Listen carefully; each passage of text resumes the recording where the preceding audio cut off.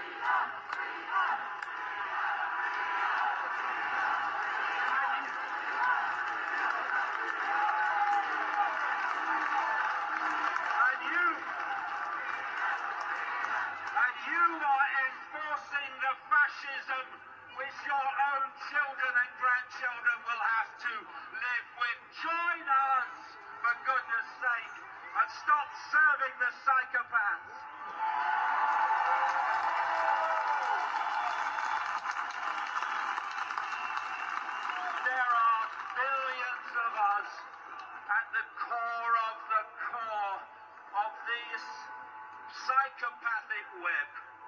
You would get them in one room. I think I can see a way out of this. Come on, people of the world. Let's go!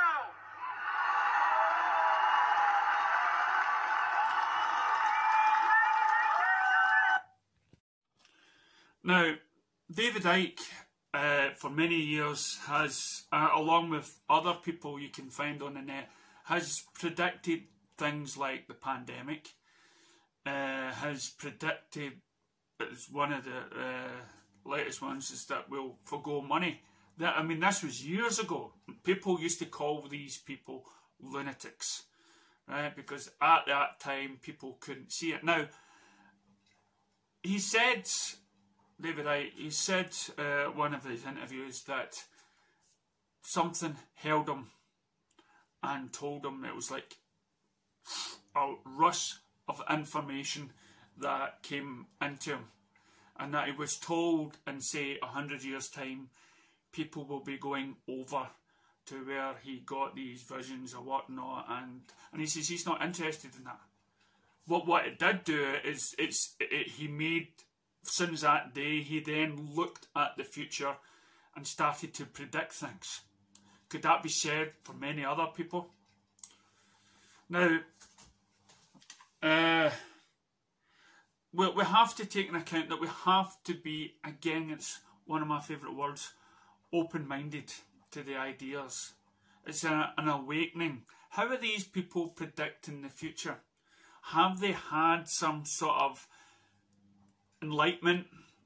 You know, did Jesus get a word from his dad? Or did the alien Jesus get word from some people above guiding him, writing the books and whatnot? Who can tell, right? Who can tell about it? But the fact that they can somehow see it, what is the reason? Well, recent interviews predicted that it's not that they can see the future, it's that they're delving into information from around the world, and they're putting everything together, and they can see what their overall plan is. What do you mean, whose overall plan? Well, what I mean is those people high up, those people that have true power. And we're not talking about governments, because as we know, there could be governments inside governments. Check this out. Have actually begun the exploration of another world. We have taken the first historic step into our solar system. I am Werner von Braun. Werner von Braun was one of the top scientists brought to the U.S. from Germany after World War II as part of Operation Paperclip. He invented the V-2 rocket for Adolf Hitler and became the chief architect of the Saturn V rocket for NASA's Apollo moon missions. In his deathbed confession, von Braun warned of a plot to pull off the ultimate false flag, using back-engineered alien reproduction vehicles to stage an invasion from outer space.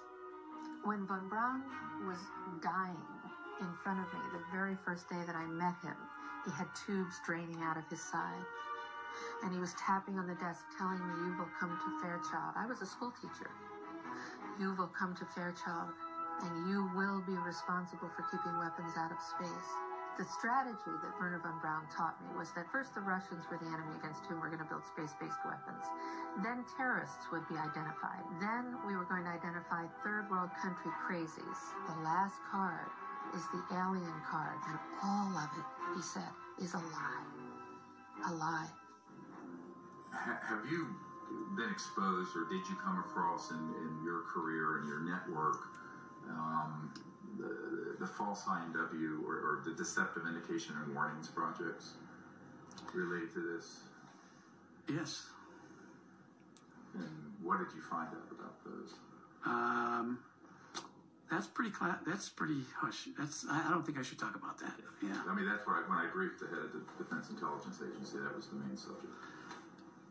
That is, yeah, that's very sensitive. Yeah, it's very sensitive. Yeah.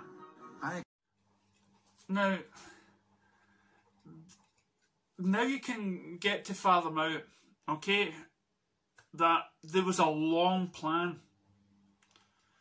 It gets passed down from generation to generation, waiting for the right time. For myself, I've sometimes wondered that in the last few years, what has happened in my lifetime? It seems to have, they're trying to, this plan that's took so long has seemed to have sped up a bit, and they're speeding up.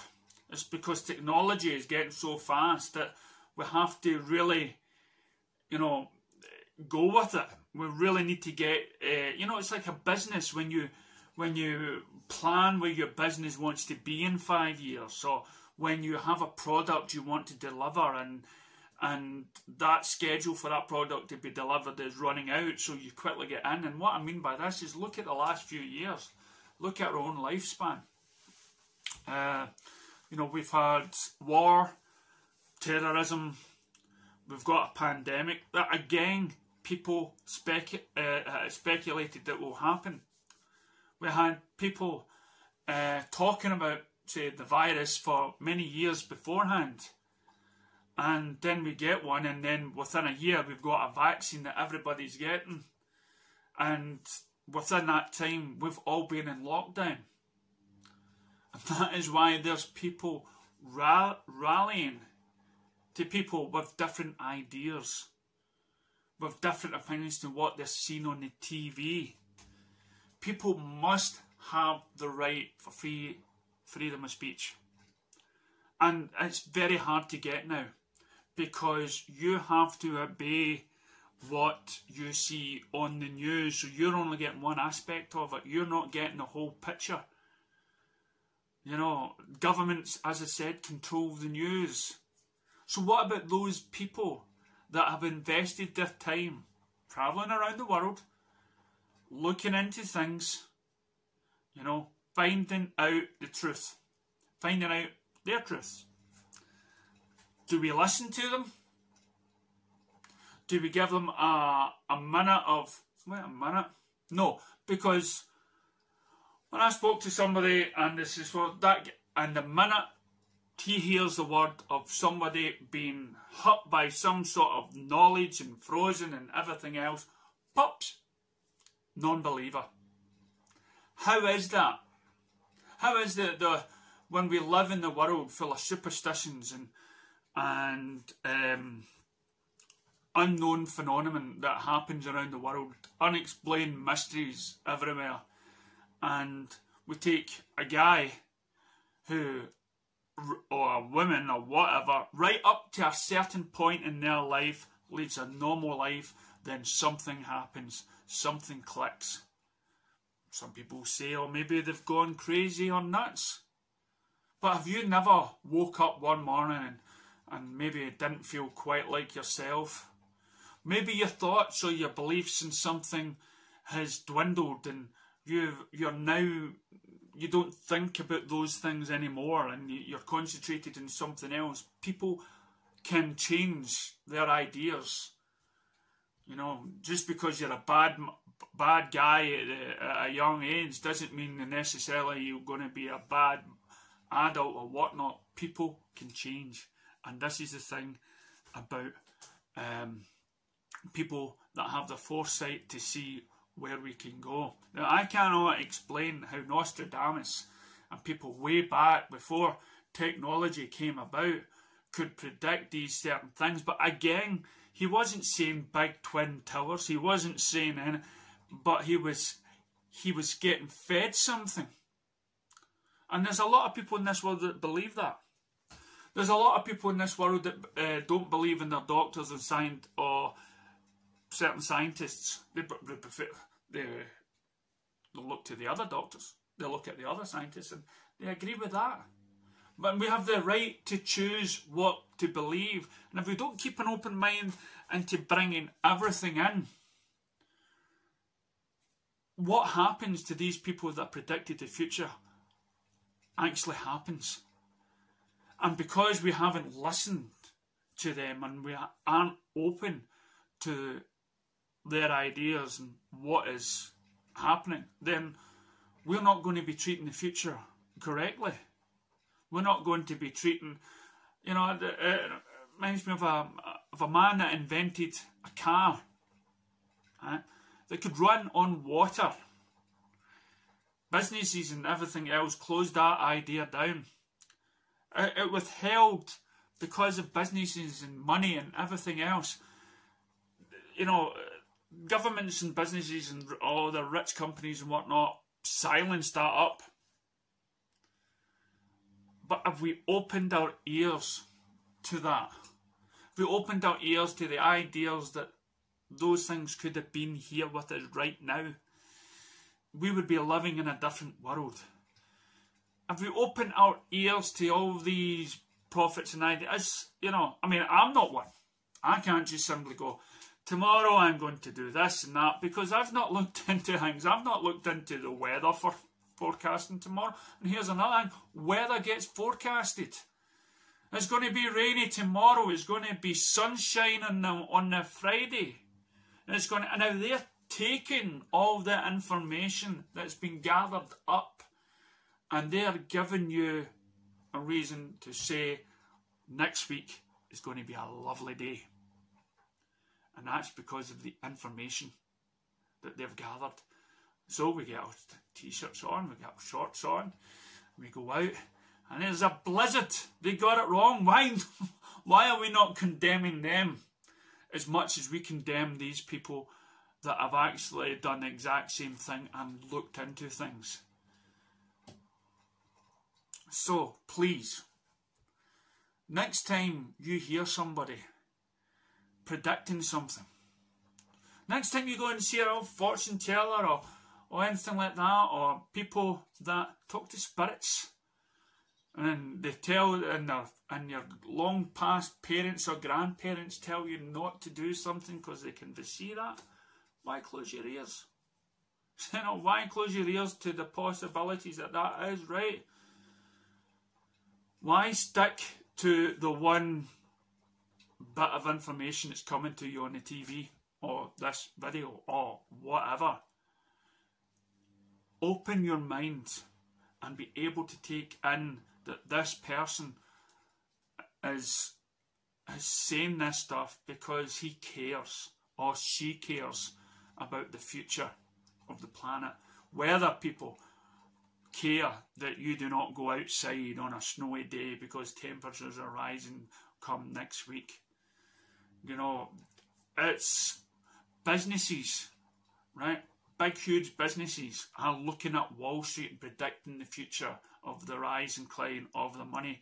People are predicting that there will be a crash. We're more likely to believe those people than because it basically enables us, you know, to gain something from it. Well, to listen to these people, to keep an open mind, we will be gaining something from it. will be gaining our a wider perspective of the future. We'll be gaining knowledge that will prepare us for the future, or a possible future. If you've got any more on this subject matter, please let me know in the comments below.